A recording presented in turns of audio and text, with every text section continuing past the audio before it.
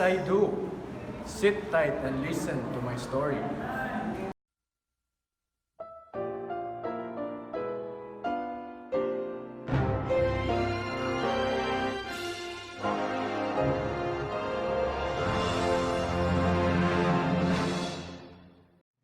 Born in Mecca around 570 CE, his mother was Amina of Zara family and his father Abdullah. I can't wait to see and raise our child, Amina. So am I. I've been waiting for this for too long. We will raise our child into a great man. As excited as they seemed to be, Abdullah died even before Muhammad was even born. Amina was left with raising her child alone. Amina raised Muhammad until the age of 6, before dying following Muhammad's father. Muhammad was later given to his grandfather Abdul Muttalib, taking care of the now orphaned child. Enough, son. I'll take good care of you. Muhammad was raised and taken care of by Abdul Muttalib for the next 2 years. After these 2 years, Abdul Muttalib, given his old age, died later on. Before his passing, Abdul Muttalib gave the responsibility of taking care of Muhammad to his uncle Abu Talib. Take care of Muhammad. Yes, Papa, I will. The two traveled to a lot of places for many months. People would often say how Muhammad's future looks promising. Your nephew has a great future ahead of him. Really? But he is just an ordinary boy. Take care of him and teach him how to love others, and you will see what he will become. They would often say that Muhammad would become great someday, however. Many years have passed yet. Nothing has happened to Muhammad's life. The people of Mecca see that Muhammad is a very good man and is often praised for his wisdom. He was given the title of Al-Amin. Hey, it's not Amin. Muhammad traveled to Syria when he turned 25. Here, he would meet a woman named Khadija, a beautiful and noble woman of a prestigious family. Khadija would often always reject those who asked for her hand in marriage. I am very sorry, but I am in no means interested in marrying you. I have lost any interest in marrying you. I am very much saddened by your decision. Very well then. Muhammad later then started working for Khadija, being the honest man he is. Months of working, and Khadija is impressed of Muhammad's honesty and performance. This man looks promising. He is very suited for a husband. Now, doesn't he, sister? Indeed, he is. Khadija sent her sister to Muhammad to try and persuade him to marry Khadija. Why are you not married, Muhammad? Who is the person you speak of? My sister, Khadija. How can I marry Khadija? Even the noblest man he rejected. Don't you worry, young man. I'm sure you'll do just fine. Not long after, the two eventually got married, eventually becoming one of the most sacred marriages in the human history.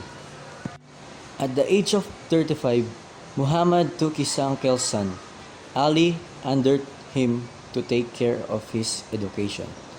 A year after that, Muhammad then adopted Aqil, another one of his uncle's son. Muhammad grew up to be a wealthy and a very well-respected person in Mecca. Khadija gave birth to 3 sons and 4 daughters, but unfortunately, none of the sons survived and have died very young. I am as sad as you are, Khadija, but we must accept and move on. Zayd, a child captured by wandering traders and was sold off to the local market to be a slave. Zayd was given to one of Khadija's relatives and was taken in by Muhammad and Khadija under their roof. Muhammad grew very attached to Zayd, later calling him Al-Habib, which means the beloved. Zayd followed Muhammad's ways and became his mentor, having the same mind and morals of Muhammad. Unfortunately, Zayd's parents were still grieving for their lost son. Zayd's parents later came to Mecca for pilgrimage and here they saw Zayd with Muhammad. They rushed toward him. Zayd, my son! Can I please have my son back? I shall give you this gold of value in return. Would you like me to show you a way to get your son back without the need of such gold? Very well. We will let your son decide whether he will choose you or me as a mentor. Very well then. I am staying with you, Muhammad. Son, don't you want to stay with us?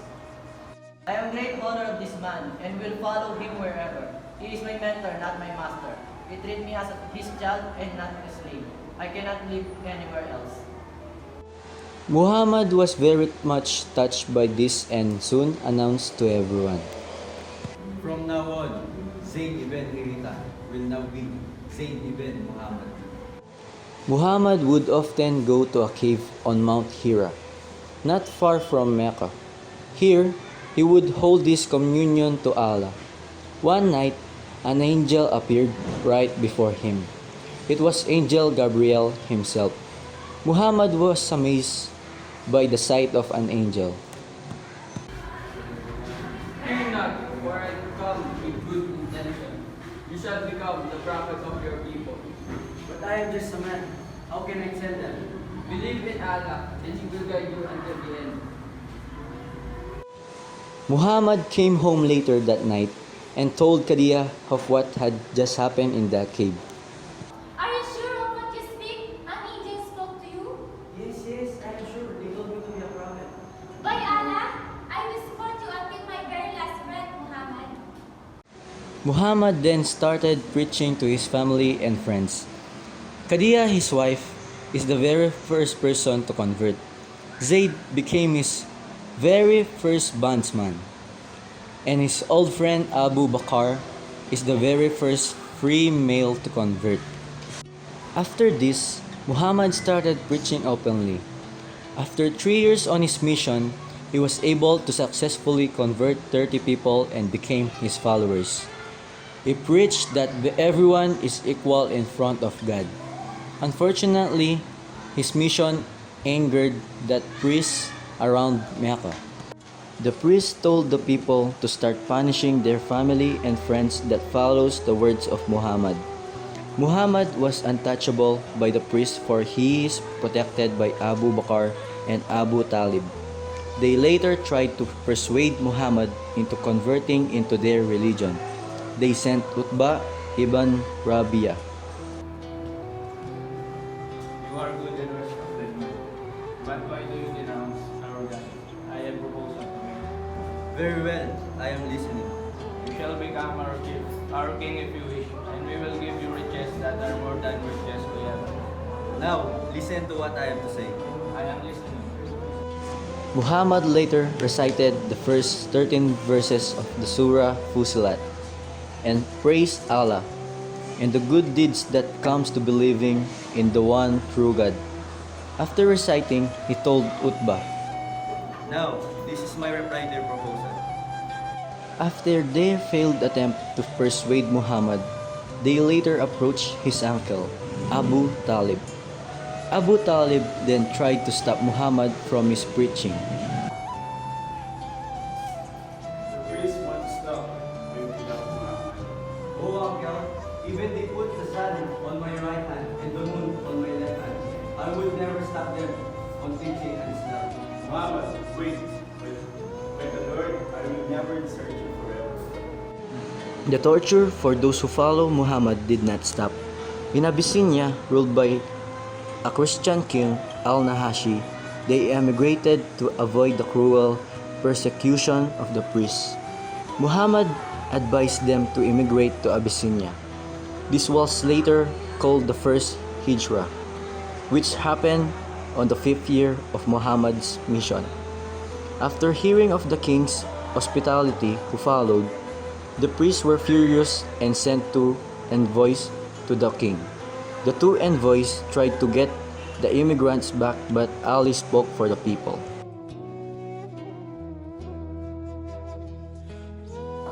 They worship idols and he taught us to believe in one God. He was kind and he will follow his every word. Ali continued telling the king of the cruelty of the priests, exposing them. The king, fumed about what he had heard, sent the two envoys back to Mecca. After another failed attempt, the priest talked to Abu Talib once again, attempting to make him stop Muhammad from preaching. But Abu Talib replied, Live, for I will never abandon my nephew for any allegiance. The priests were very displeased with how their attempts are failing again and again. Muhammad kept on preaching even under such strict prohibitions. One day, a man came to Mecca with the plan to kill Muhammad. His name was Umar. Umar was stopped by a man on the streets, asking what he was doing in the lands of Mecca. What bring you here, Umar? I am here to end Islam, to end your best prophet. I have heard your brother's sister and his husband just recently converted to Islam. As well, why don't you focus on them first? Umar rushed to his sister's place.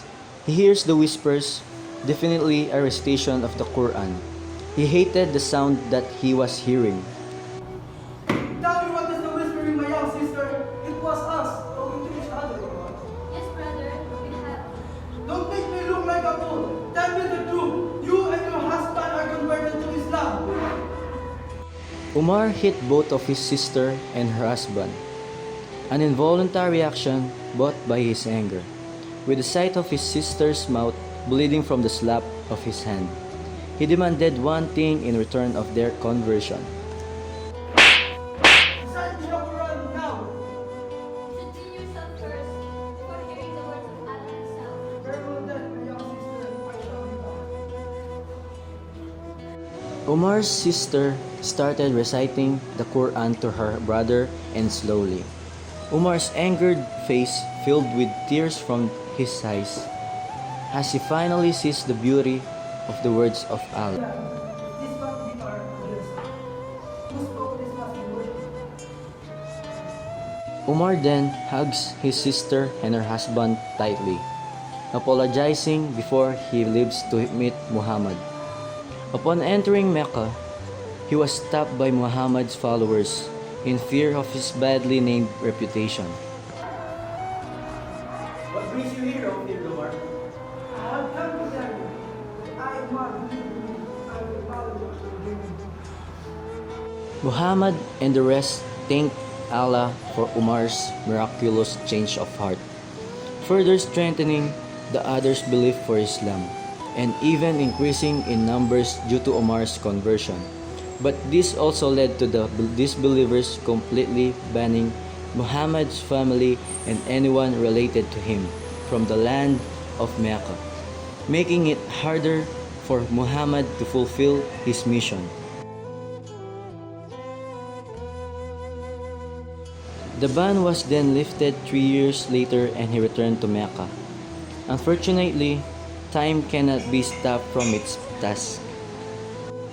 The following year, his uncle Abu Talib and his wife Khadija died, losing his guardian who protected him from his enemies, and his most encouraging companion who stayed by him from the very beginning of his mission.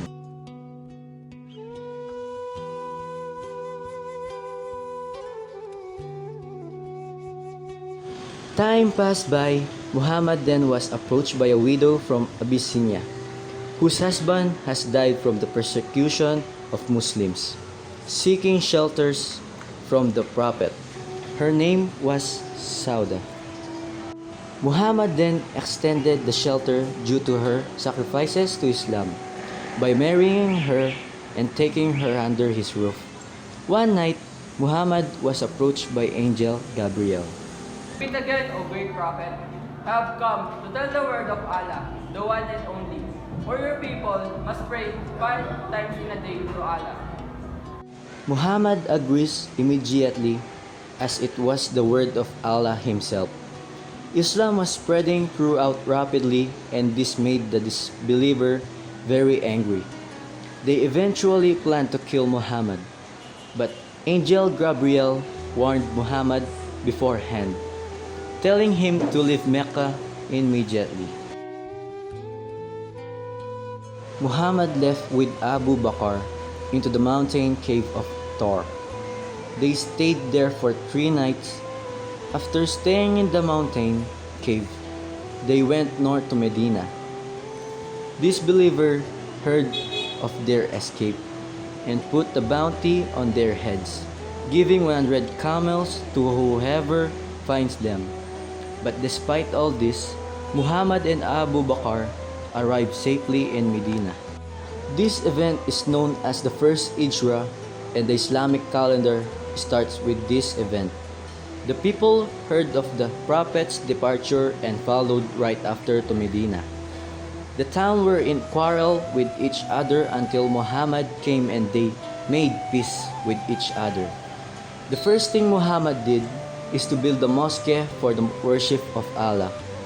After that, he made a charter so that the people would live in order. Many travelers from Arabia came to visit the Prophet and later became followers. Muhammad then wrote letters for the kings and rulers of the different lands, inviting them to Islam.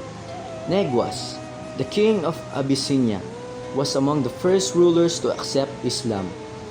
2 years later, the followers of Islam sought help from Muhammad himself.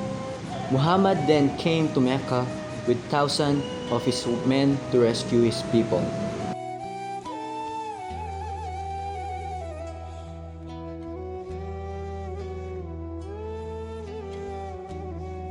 Anyone who seeks shelters in his home, or in Abu Sufyan home, or in the Kaaba will be safe. Muhammad and his men entered the holy city without fighting, and there Muhammad pointed at each idol in the city, reciting the words, Truth has come and fossil wood will neither start not will reveal. O disbelievers, what do you think I am to do with you? You are a noble man, son of a noble father. I will treat you as a prophet. Joseph treated his brothers. There is no reproach against you. Go to your homes and you are all free. Muhammad forgave them all, and even the enemies were forgiven. At the year 630 CE, almost all Arabia accepted Islam. The last pilgrimage was performed in 632 CE. 2 months later, Muhammad fell ill. He then died on Monday, on the 11th year of Hijrah in Medina. That is Muhammad's story. Wow! Muhammad was a modest and kind-hearted man. Sure is. We must learn to live and love like others, just like Muhammad did.